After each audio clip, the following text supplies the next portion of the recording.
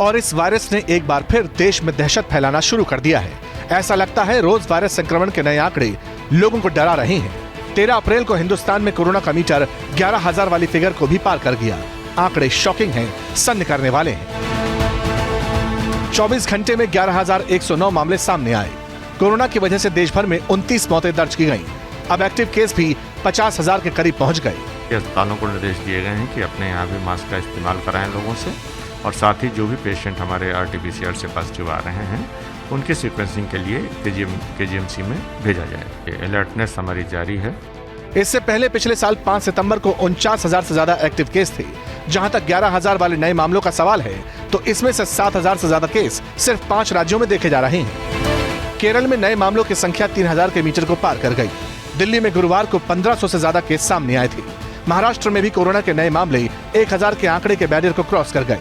हरियाणा में 24 घंटे में 855 कोरोना के नए मरीज मिले, जबकि उत्तर प्रदेश में भी कोरोना वायरस की 549 नए मरीज सामने आए। दिल्ली से लेकर मुंबई तक कोरोना इन्फेक्शन और मृतकों की संख्या में बढ़ोतरी को लेकर एडमिनिस्ट्रेशन स्टैंड बाय मोड पर आ चुका है। एक्सपर्ट्स का कहना है कि हालात अभी काबू में हैं। डेथ उनकी हुई है जो पहले से क्रिटिकल थे, गंभीर बीमारी से जूझ रहे थे। कोविड एक इंसिडेंटल फाइंडिंग हो सकती है, बट मुझे नहीं लगता कि बिकॉज ऑफ कोविड ओनली इस तरह की कोई डेथ हो रही है, इस तरह कोई सीवियरिटी भी हो रही है। अभी तक जितने कोविड के केसेस आ रहे हैं, सीवियर केसेस अभी तक कोई भी नहीं आ रहे। जो भी डेथ वाले केसेस हैं वो कोमॉर्बिड कंडीशन वाले केस है और एक कोइंसिडेंटल फाइंडिंग है। नोएडा और गाजियाबाद में कोरोना ने फिर से रफ्तार पकड़ ली है, लेकिन जहां तक वायरस की लैब टेस्टिंग यानी जीनोम सीक्वेंसिंग का सवाल है तो कोरोना के सैंपल्स को अब भी लखनऊ भेजा जा रहा है।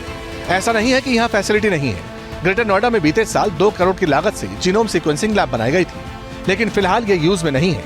परेशानी ये भी है कि जो सैंपल्स लखनऊ भेजे जा रहे हैं उनकी रिपोर्ट आने में वक्त लग रहा है, इसलिए भी वायरस को ट्रैक करने में, उसे ट्रेस करने में मुश्किलें हो रही हैं। जीनोम सीक्वेंसिंग लैब हमने यहाँ बना ली है, उसकी टेस्टिंग हो गई है, किट्स जैसे ही हमारे पास आ जाती है। हम विदिन 24 आवर्स इसको शुरू कर देंगे। सैंपल्स हमने रखे हुए हैं, हमें उम्मीद है कि जल्दी से अगर फंड सैंक्शन हो जाते हैं तो हम इमीडिएटली कोविड वेरिएंट की टेस्टिंग जीनोम सीक्वेंसिंग तुरंत शुरू कर देंगे। योगी सरकार लगातार सिचुएशन को रिव्यू कर रही है और खुद सीएम योगी आदित्यनाथ ने 2 दिन पहले कोरोना को लेकर अफसरों से मीटिंग भी की। बताया यह गया कि नया स्ट्रेन सिर्फ देश में ही नहीं बल्कि एशिया के दूसरे देशों में भी फैल रहा है। सिंगापुर में मार्च के आखिरी हफ्ते में 28,000 नए मरीज सामने आए थे। वियतनाम में भी कोरोना के केसों में बढ़ोतरी हुई है। इंडोनेशिया में भी 4 महीनों में पहली बार कोरोना वायरस के मरीजों की तादाद वाला ग्राफ सबसे ऊपर है। WHO समेत तमाम हेल्थ एजेंसियों का यही कहना है कि भारत और एशिया के दूसरे मुल्कों में ओमिक्रॉन के XBB वाले वेरिएंट की वजह से ही केस बढ़ रहे हैं और अभी तक ये वेरिएंट घातक साबित नहीं हुआ है। लेकिन फिर भी WHO की टीम इस वेरिएंट पर निगरानी रखे हुए है, क्योंकि आशंका है अगर वायरस में फिर से बदलाव हुआ और ये अननोटिस्ड रह गया तो फिर तबाही का एक और गेटवे खुल सकता है।